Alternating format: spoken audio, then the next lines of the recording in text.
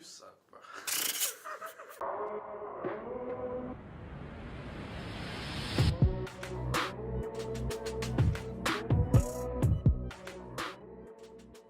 Yo, we watching Critica del Cinema. My name is Cam. Heads up, y'all. This is not my good, bad rating video. Once again, I'm coming at you with 10 Netflix recommendations. Not 8, but 10 for the month of November. But before I begin, I have to give you guys a bit of an explanation. As of recording this right now, I haven't put out a video in over a month. It's crazy, but I haven't even seen a movie in the theater since the beginning of October. The last film I saw in the theater was Kingsman: The Golden Circle. I wrote a written review for that, didn't do a video. But since then, I've lost my wallet. I've been swamped with schoolwork, whole bunch of exams. I even have a whole new nephew right now. With all that to say though, I haven't had the time, no funds to see a movie, let alone review it. But I hate inconsistency, so I apologize. I'm keeping coming. That Thor Ragnarok review is going to be coming extremely soon. So without further ado, let's move on to the movie recommendations. Number 1, we have Gerald's Game. Gerald's Game is a Stephen King adaptation about a couple who goes on a remote cabin vacation. So once they get to this cabin, they try to spice up their marriage with a few activities, some including handcuffs. So once the wife is handcuffed to the bed, the husband has a heart attack, dies, things get really, really bad. Now since the cabin is remote, there's no way the wife can call for help. She's handcuffed to the bed, she starts having visions, hallucinating, things get really weird really fast. This film really works on a psychological horror level, but also has some deeper meaning as the film goes on. Credit to Stephen King for the original story. His craftsmanship really shines through here. Check this out on Netflix. It's a really good time. Moving on to number 2, we have 1922, another Stephen King adaptation. This one from a short story rather than a novel like Gerald's Game. But like Gerald's Game, this is a bit of a simple story as well. It's about a husband who kills his wife, brutally kills his wife. This movie really plays out in about 4 stages: the lead up, the plotting for the actual murder, the cover up, and the guilt that follows. Like Gerald's Game, you have those horror aspects that work. They're scary at a lot of points that you want to look away, but it also has that deeper meaning. Everyone really delivers a great performance here. I really think this is one of Stephen King's better movie adaptations. Really go check this out. Moving on to number 3, we'll continue with this horror theme. We have Oculus. Oculus is the movie about the mirror. You've probably seen it on Netflix or you saw the commercials. It came out about 4 or 5 years ago.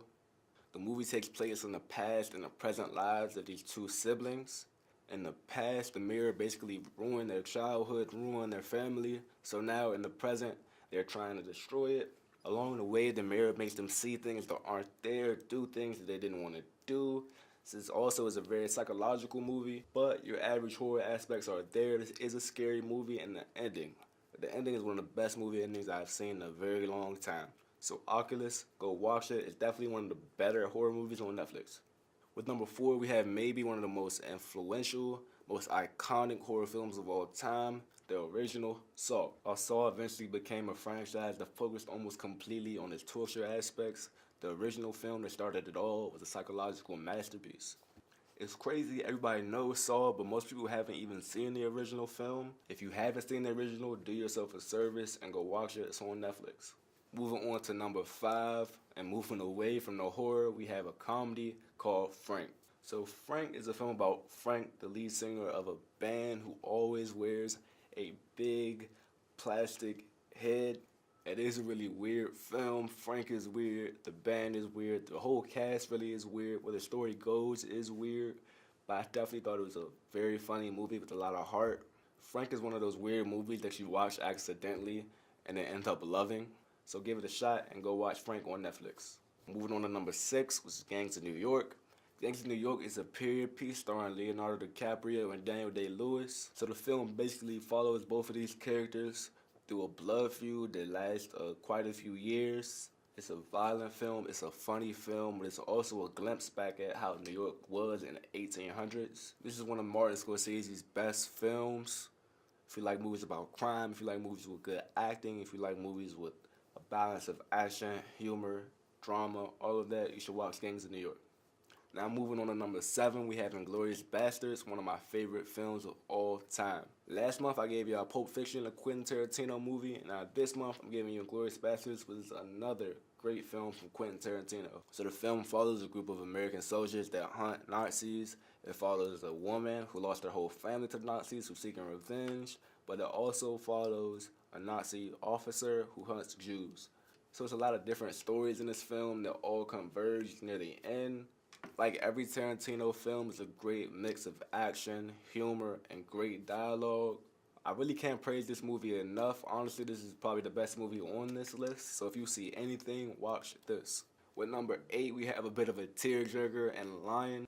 This film was actually a Best Picture nominee last year, 2016. It follows the story of an Indian boy who was separated from his family as a child, but is now trying to reconnect with them as an adult. The movie is told in 2 parts, from his childhood when he was separated from his family, and as an adult as he tries to reconnect. He really has no idea where his family is. He has some small memories of his childhood. So seeing him trying to put the puzzle pieces together to find his family makes for a very interesting story. This is a film that you can really get emotionally invested in, and if you watch all the way through, you might even cry near the end. So if you want a more heartfelt drama, go watch Lion.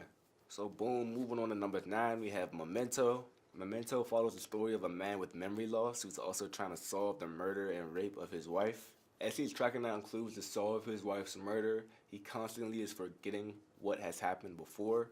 The only thing that he can remember is that his wife has been killed and he has to solve who did it. So this really is a crime whodunit mystery thriller. Being that he does have short-term memory loss, the movie can be a little hard to follow if you don't pay attention. But if you are paying attention and you are following along, the movie does have a great payoff near the end. Again, this is a film with another great ending. So finally, moving on to number 10, we have The Place Beyond the Pines. Place Beyond the Pines is a film about a bank robber and his confrontation with a police officer. The tension really ratchets up throughout the film as you get more emotionally invested in the characters. At its heart though, the film is really about 2 families affected by one significant event. It really shows how one moment in your life can change everything. This is another very emotionally impactful movie. The film really centers around the 2 performances from Bradley Cooper and Ryan Gosling. They are excellent here. This is a heavy film and it really sticks with you after you see it. So do yourself a favor and go watch The Place Beyond the Pines. Well, that's it. That's all I have for y'all. That's 10 Netflix recommendations. I just gave you 10 great films on Netflix, so I never want to hear there are no great films on Netflix. All you have to do is look. As always, thanks for watching. You can subscribe down here. Remember to leave a like and comment. What should I review next? What should I recommend next? And so again, thanks for watching. I'll see y'all next time.